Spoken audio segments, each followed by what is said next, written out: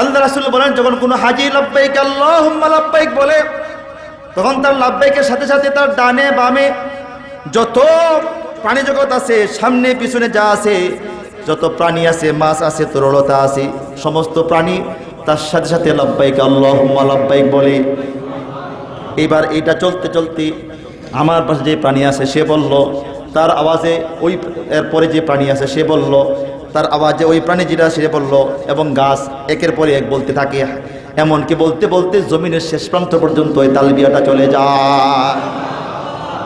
সে একা বলে, এই তালবিয়াটা চলতে চলতে চলতে চলতে জমিনের শেষ প্রান্ত পর্যন্ত, হাত্তা হাত্তা তানকাতিয়াল আরদু মিন হাহুনা ওয়া হাহুনা, জমিনের শেষ পর্যন্ত, যেখানে জমিন শেষ এই পর্যন্ত তালবিয়ার আওয়াজটা চলে যায়। এই চলতেই থাকে। যখনই সে লাব্বাইক আল্লাহুম্মা লাব্বাইক বলে, ও তার পাশের যে গাছ আছে, পাথর আছে, প্রাণী আছে, তারাও বলে লাব্বাইক আল্লাহুম্মা লাব্বাইক।